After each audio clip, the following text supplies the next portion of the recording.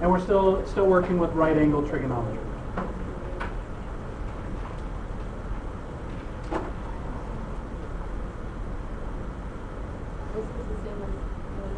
We're just continuing on a little bit with what we did the other day. All right, so just as a quick reminder of how we defined our trig functions, our trig ratios, and the co-functions or the reciprocal ratios. We said that the sine of our angle, if we have a right triangle, was opposite over hypotenuse. And I'm just going to write the three main ones. The cosine of an angle was adjacent over hypotenuse. And the tangent of an angle in a right triangle was opposite over adjacent. And we talked about the co-functions, which were the reciprocals of these fractions. And we, on block day, we just flipped these over. We said that the cosecant was hypotenuse over opposite. Secant was hypotenuse over adjacent. So we just flipped these over. We could write them as the ratios of the sides of the triangles, but since they're the reciprocals, we can also just write them as the reciprocal of the function itself. So rather than flipping over this fraction, we're going to write the reciprocal of the function and talk about our co-functions, our secant, cosecant, and cotangent as the reciprocals of these functions, and not necessarily as the reciprocals of these sides of the triangles. So since we're just flipping over the fraction, we're thinking of the sine, the cosine, the tangent as sine theta over 1, cosine theta over 1, tangent theta over 1. We can write the reciprocals as the reciprocals of these functions. So if I write them out that way, I would say that the cosecant of theta of our angle is 1 over sine theta. Just the reciprocal. The secant is 1 over cosine theta. And the cotangent of our angle is 1 over the tangent of the angle. So we're just flipping over our functions rather than flipping over these fractions. And we can go the other way as well. We can say that the sine, if we flip over these fractions, we can say that the sine of our angle is 1 over the cosecant of the angle. I overslept, so I'll take a turn for whatever. The cosine of our angle is 1 over the secant of the angle. And the tangent of our angle is 1 over the cotangent of our angle. So we call these relationships, we call them the reciprocal identities. So these are the reciprocal identities.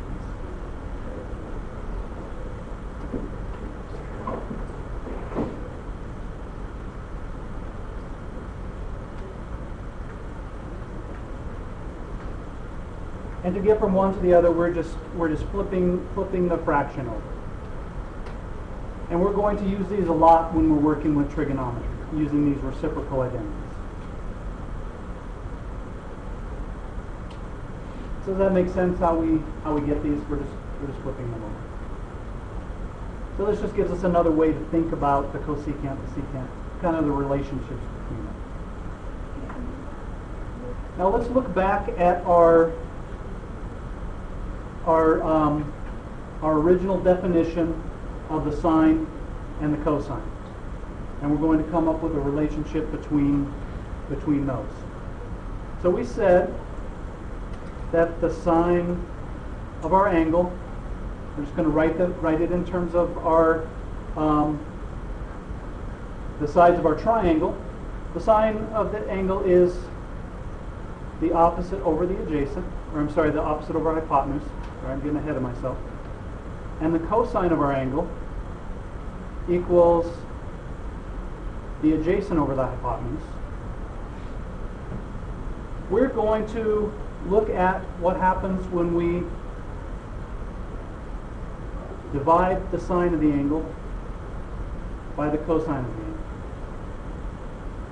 And we're going to write them in terms of these fractions.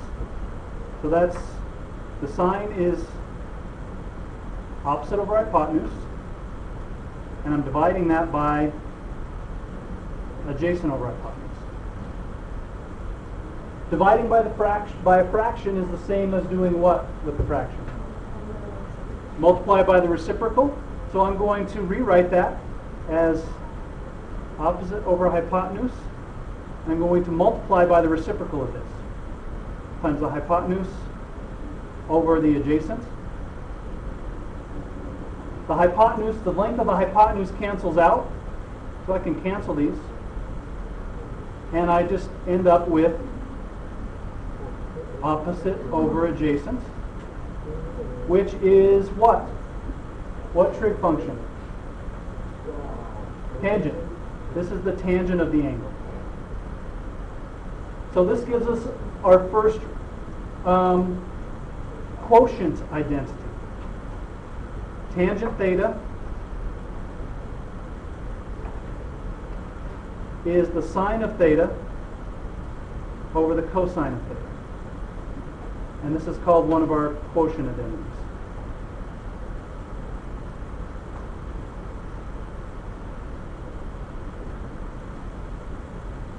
And if we flip over the fraction, if we flip this fraction over, flip this fraction over, so we're doing the reciprocal of both sides, the same idea, we can say that the cotangent of theta is the cosine of the angle over the sine of the angle. So this is our main quotient identity. Both of these are quotient identities. So I'll change this to identities. Quotient identities. These are our quotient identities. And these all come from just our original definitions of the sine, the cosine, and the tangent.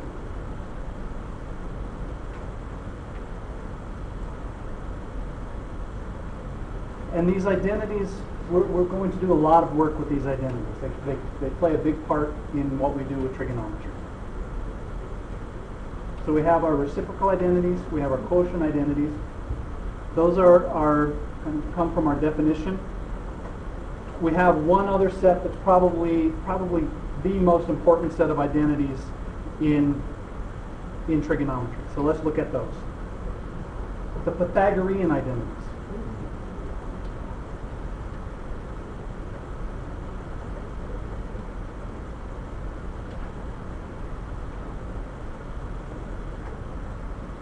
And these are probably the most important. So what I'm going to do to come up with these Pythagorean identities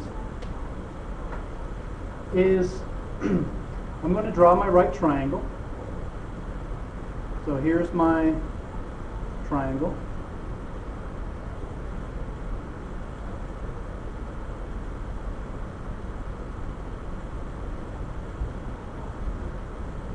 And I'm going to label my sides opposite, adjacent, hypotenuse. So this is my adjacent side, my opposite, just like we did the other day, and the hypotenuse. Now, these, we're talking about the lengths of the sides. On block day, what did we say? What special relationship always works for right triangles? And the title we put up here is your hint. Pythagorean Theorem. Pythagorean Theorem always works for right triangles. So I'm going to write the Pythagorean Theorem for this right triangle with these side lengths in the Pythagorean Theorem. So I'm going to say that the opposite side squared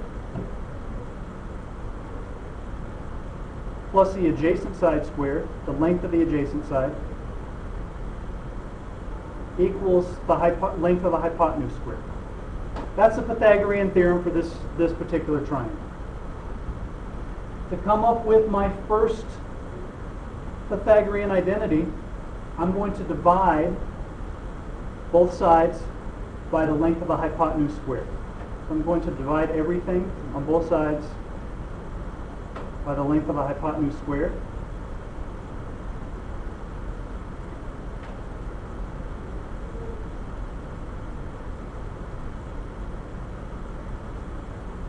So if I rewrite this, since I have a square on the top and the bottom, I can just think of this as squaring the entire fraction.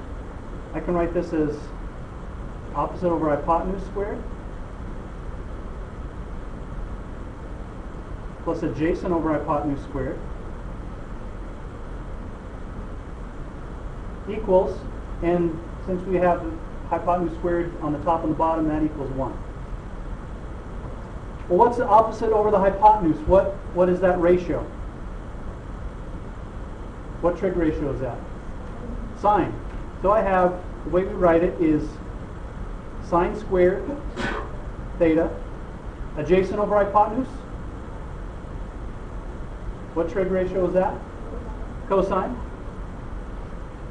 Cosine squared theta equals 1.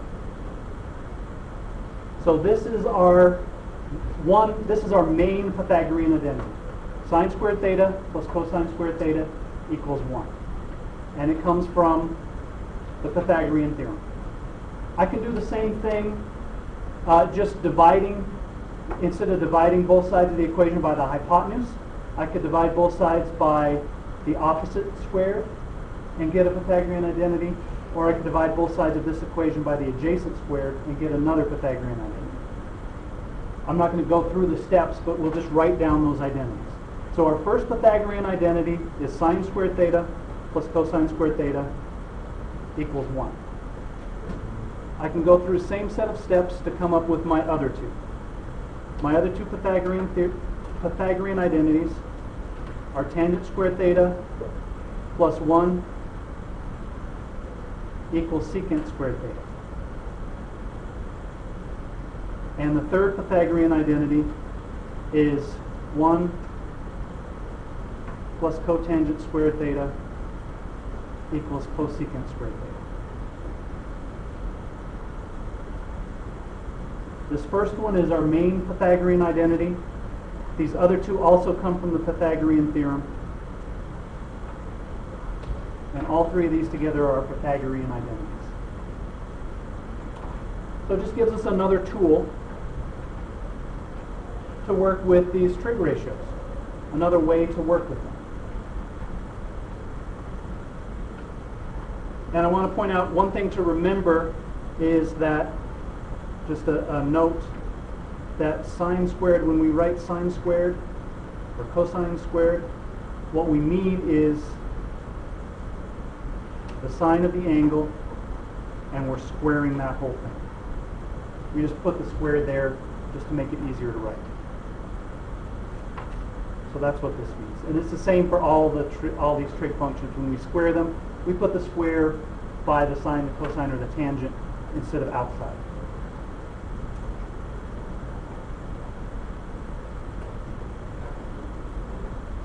So we have our reciprocal identities, we have our quotient identities, and now we have our three Pythagorean identities.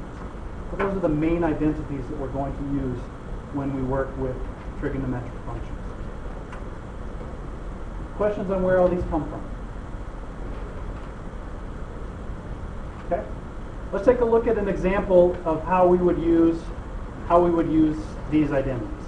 What kinds of problems you might see with them.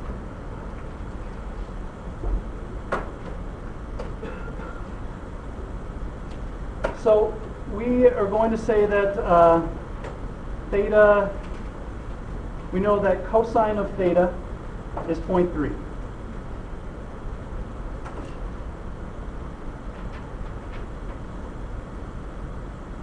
And we want to find some other trig functions, knowing that the cosine of theta is 0.3. And we know that theta is less than 90 degrees. So theta is an acute angle. So for our first example, we want to find find the sine of our angle. We know the cosine, we want the cosine of the angle, we want to find the sine. Now we could plug this into our calculator, find the inverse cosine of 0.3, and then take the sine of that angle. We could do that. But now we know the Pythagorean identities, we can use an identity for this. We know that sine squared theta plus cosine squared theta is 1. So I'm going to say that sine squared theta plus 0.3 squared is 1. I'm just substituting 0.3 in here for cosine. So sine squared theta plus 0.3 squared is 1. And if I subtract 0.3 squared from both sides, I get that sine squared theta is 1 minus 0.3 squared. If I plug this into my calculator, 1 minus 0.3 squared, I get is 0.91. So sine squared theta is 0.91. I'm going to rewrite 0.91 as a fraction. So how would I rewrite 0.91 as a fraction?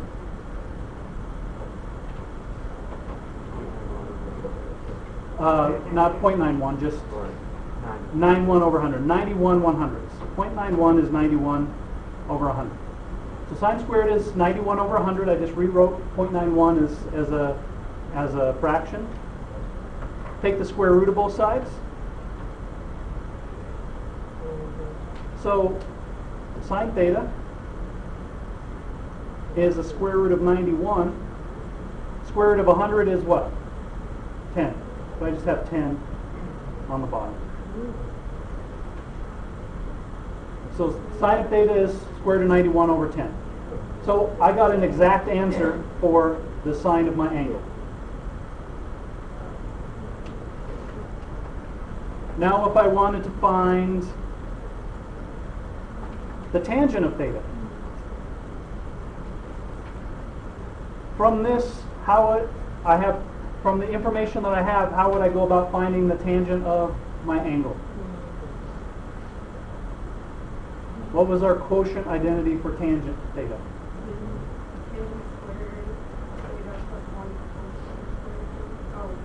So that's the Pythagorean identity. Think about we want the quotient identity. Sine of theta over cosine of theta. Tangent theta is sine theta over cosine theta. So now I'm just going to substitute the numbers that I have for sine theta and cosine theta. So I get square root of 91 over 10 divided by, if I write 0.3 as a fraction, what do I get? How do I write 0.3 as a fraction? 1/3, or another way? 3 over 10. So I'm just writing 0.3 as a fraction, multiplied by the reciprocal. Collins is one step ahead of us. 91 over square root of 91 over 10 times 10 over 3, and the 10's cancel, and I get square root of 91 over 3.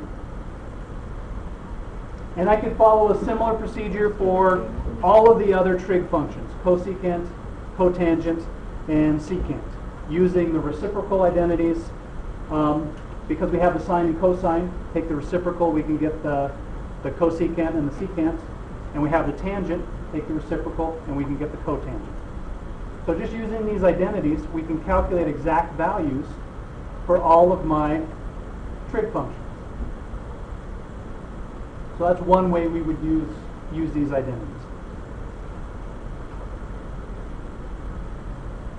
Questions on what we did here? So in this homework section, and kind of as we move forward, rather than thinking your first move for these trig functions is to grab your calculator and calculate, think about the identities you know. Think how can we work with these identities And one of the reasons we do that is we get these exact answers. Square root of 91 over 10 rather than a decimal. Square root of 91 over 3 instead of a decimal. And that gives that, one, our answers are more accurate, our answers are exact. And two, it's easier for us to see what's going on here in terms of relating our functions, our trig functions, to a triangle. If I know that the tangent of theta is square root of 91 over 3, that tells me two sides of a right triangle. And I can draw that triangle and figure out the third side, and then I can work with the triangle. So this makes it easier to relate our numbers back to a triangle. So that's another reason that we work with these identities. All right, let me give you a hint on on some of the homework problems, and then we're going to do one application problem.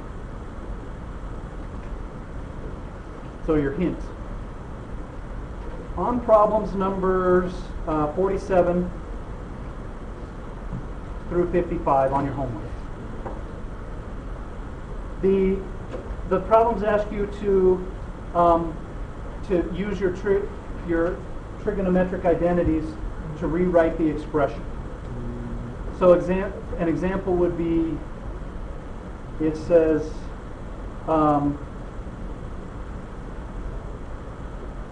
we want to verify that the cosine of theta times the secant of theta equals 1. And it wants us to verify this. The problem asks us to verify this. Our hint is write all the trig functions in terms of sine and cosine.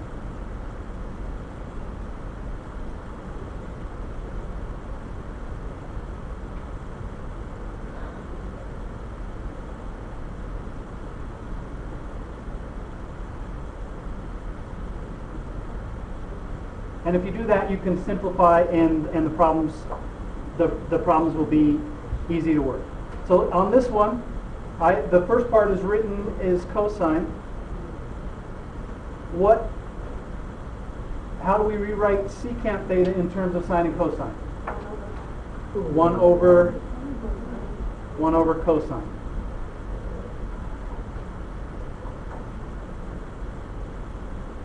And the cosine on the top, we can rewrite this as cosine over 1. The cosine on the top and the cosine on the bottom cancel, and I just get that equals 1. So we've shown that this quantity equals 1. Just rewrite everything in terms of sine and cosine. Another quick example, if we wanted to show that the cotangent of theta times the secant of theta equals 1. So let's write everything in terms of sine and cosine. Cotangent of theta, how would we write cotangent of theta in terms of sine and cosine? Cosine of theta over sine of theta. So this is cosine of theta over sine of theta. And this one we should be, this one doesn't equal 1. We're not showing that it equals 1. We want to show, that it equals cosine of theta.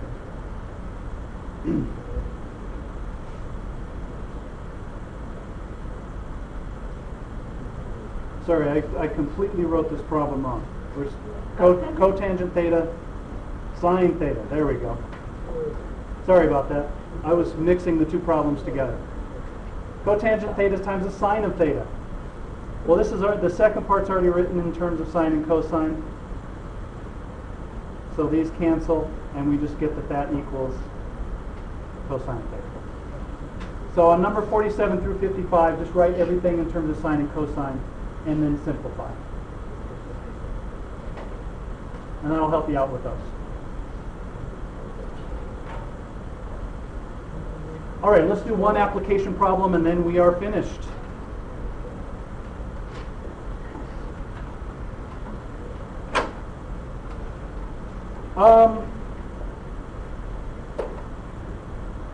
So the sun is 30 degrees up from the horizon. and it is shining on a tree, forming a 50-foot shadow.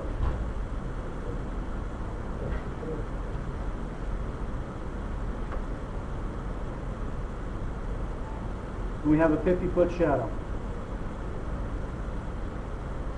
We want to know how tall is a tree?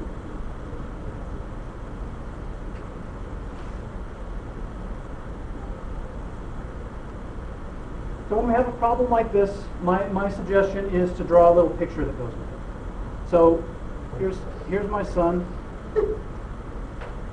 and here's my tree.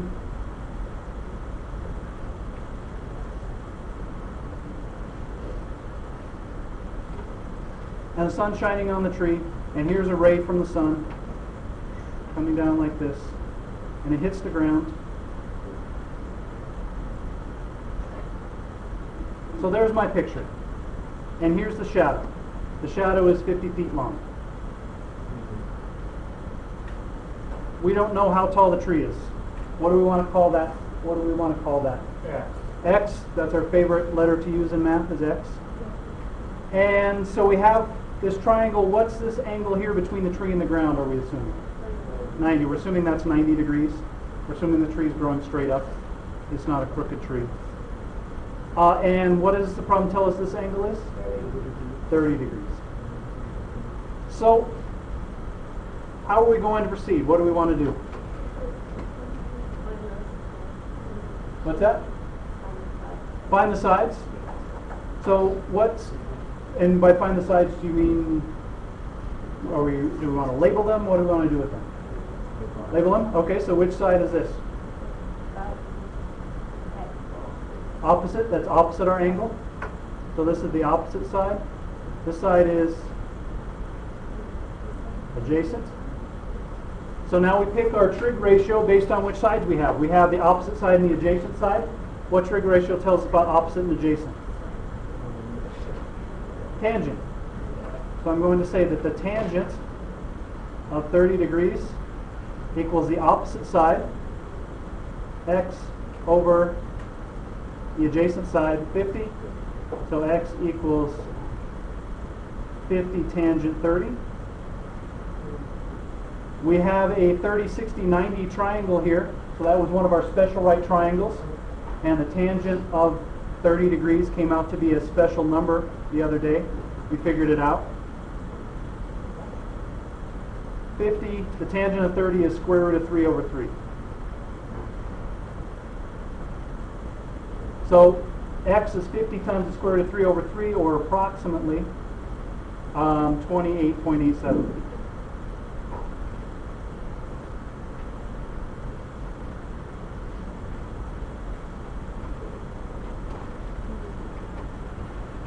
All right, questions on the application. Right angle trig application problems, usually not too bad to work with.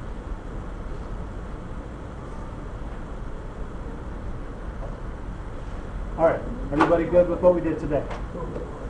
The identities, if the identities don't make sense right away, we're going to be spending a fair amount of time working with identities, so just stick with it. You'll get to know them a little better, and it will get easier.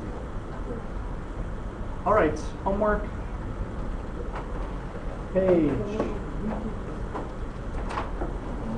287.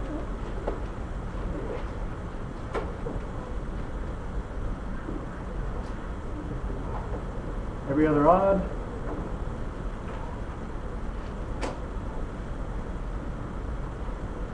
Even on those. And 57 through 60, and then 62 and 65.